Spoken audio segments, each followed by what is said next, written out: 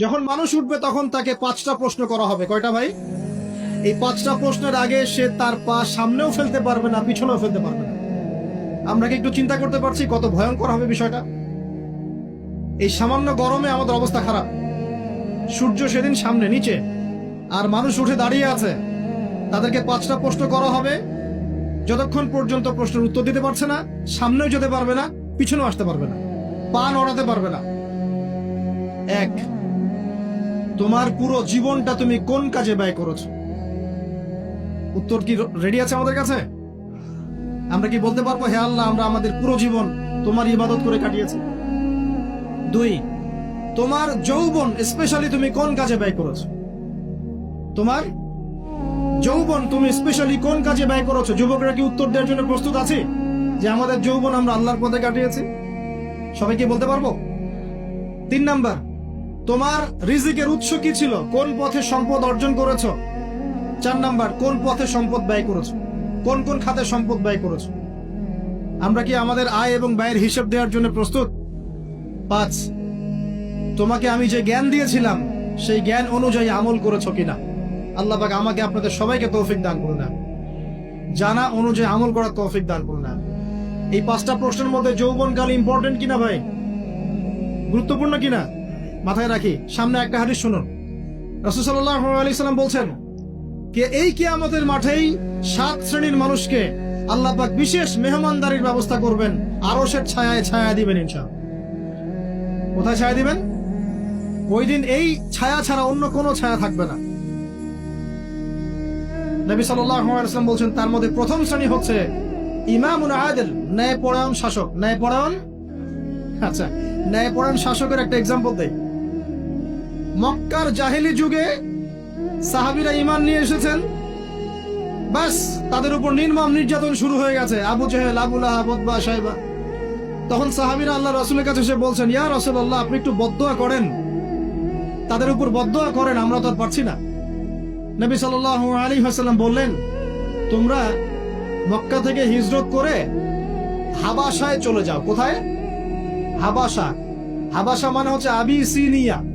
Abyssinia মানে এখনকার Ethiopia, Eritrea. নাম শুনেছেন কি? বিশেষ কোচিং তো করছেন অনেকে। আফ্রিকা মহাদেশের একটা ছোট্ট দেশ ইরিত্রিয়া, ওখানে চলে যাও। তখন বলেছিলেন তিনি হাবাসায় চলে যাও। সাহাবীরা জিজ্ঞাসা করছেন হাবাসায় কেন? নবী সাল্লাল্লাহু আলাইহি ওয়াসাল্লাম বলছেন সেখানে একজন খ্রিস্টান ন্যায়পরায়ণ শাসক আছেন যার রাজ্যে কেউ জুলুমের শিকার হয় না। কি বললাম বলেন তো? হাবাসায় কে আছেন?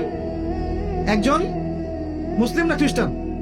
খ্রিস্টান ন্যায়পরায়ণ শাসক আছেন যার রাজ্যে কেউ জুলুমের শিকার, মুসলমান নন এমন একজন শাসকের প্রশংসা করে আমাদের নবীজি বললেন তার রাজ্যে কেউ জুলুমের শিকার হয়। সুবহানাল্লাহ। সাহাবীরা সেখানে হিজরত করলেন। নেতৃত্ব দিয়েছেন জাফর বিন আবি তালিব রাদিয়াল্লাহু আনহু।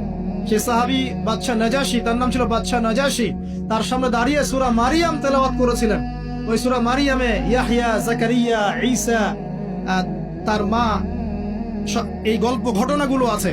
এই সূরার তেলাওয়াত শুনে বাদশা নাজাশীর চোখ দিয়ে পানি পড়তে পড়তে দাড়ি ভিজে গিয়েছে। সুবহানাল্লাহ। শেষে তিনি ঈমান নিয়ে আসেন, মুসলমান হন, আলহামদুলিল্লাহ। আমাদের নবীজি তার জানাজার নামাজ পড়েছিলেন। আমাদের নবীজি তার গায়েবানা জানাজার নামাজও পড়েছেন। বলেন সুবহানাল্লাহ। এখানে একটা পয়েন্ট খালি বলতে চাই, একজন অমুসলিম শাসক সম্পর্কে আমাদের নবীজি মন্তব্য করেছিলেন তার রাজ্যে কেউ জুলুমের শিকার হয় না। আর আজকের দিনে সারা বিশ্বের কোন কোন ক্ষেত্রে মুসলিম শাসকদের ব্যাপারেও এই কথা বলা যায় না যে তার রাজ্যে কেউ জুলুমের শিকার হয়। আল্লাহ পাক বলছেন আরশের ছায়া আমি ছায়া দিব 7 শ্রেণীর মানুষকে। কয় শ্রেণী? তার মধ্যে প্রথম শ্রেণী হচ্ছে ইমামুন আদিল, ন্যায়পরায়ণ শাসক। আল্লাহ পাক আমাদের সমস্ত শাসকদেরকে ন্যায়পরায়ণ হওয়ার তৌফিক দান। 2 নাম্বার, সেই যুবককে আমি সেখানে আশ্রয় দিব যেই যুবক তার যৌবন কালটা আল্লাহর পথে কাটিয়ে দিয়েছে। এবার কি হাদিসটা আপনি পেয়েছেন? এর আগের হাদিস কি শুনলেন?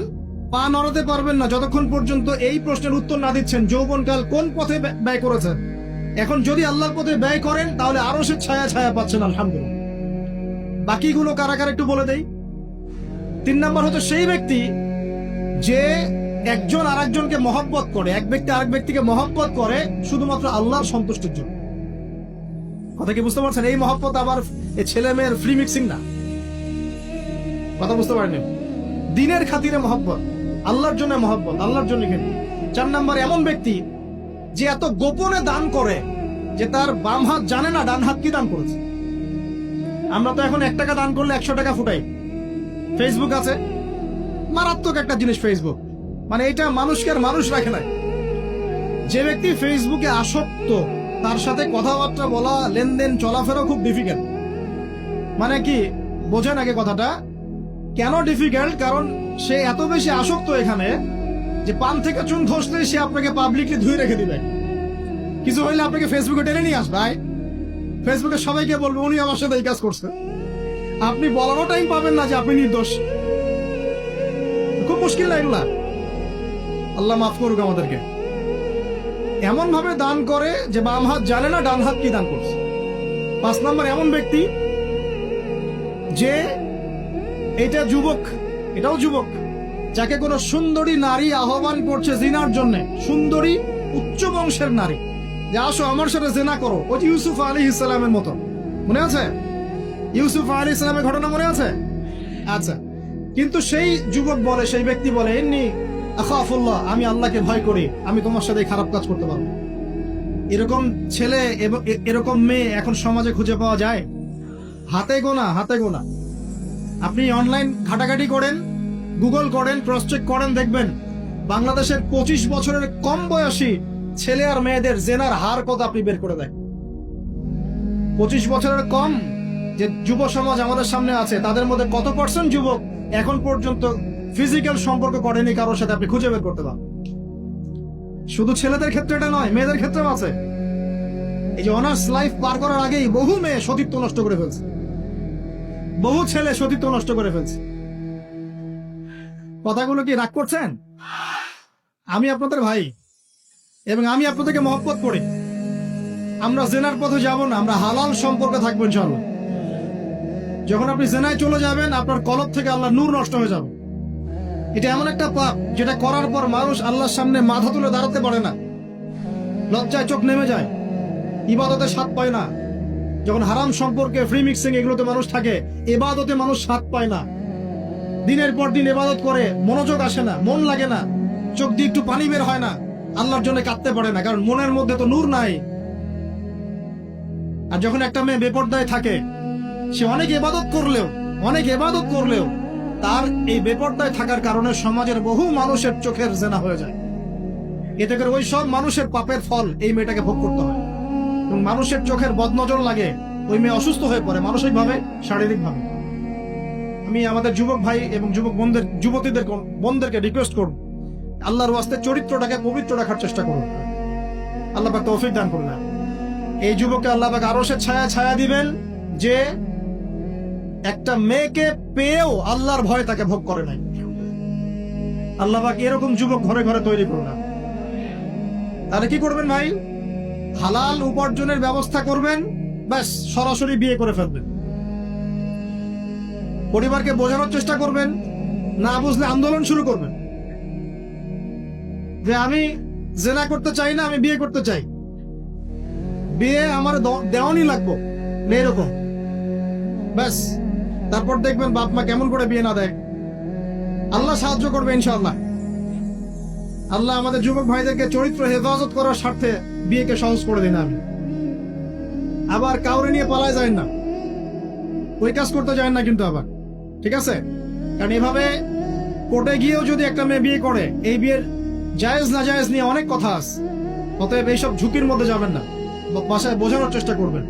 আর এক শ্রেণীর ব্যক্তি আছে যাদেরকে আল্লাহ পাক আরশের ছায়া দিবেন। তারা কারা? যারা গোপনে আল্লাহকে স্মরণ করে কাঁদতে পারে, বলি সুবহানাল্লাহ। এখন এই দুটো হাদিসের মধ্যে যুবকদের অবস্থান কি পেয়েছেন? আচ্ছা, আরেকটা শোনাই এবার শুনুন। নবী সাল্লাল্লাহু আলাইহি ওয়াসাল্লাম বলেছেন, 5টা জিনিস আসার আগেই 5টা বিষয়কে মূল্যায়ন কর। 1, তোমার বার্ধক্য আসার আগেই তোমার যৌবনকে মূল্যায়ন করো। যৌবনের গুরুত্ব পেলেন তো এবার?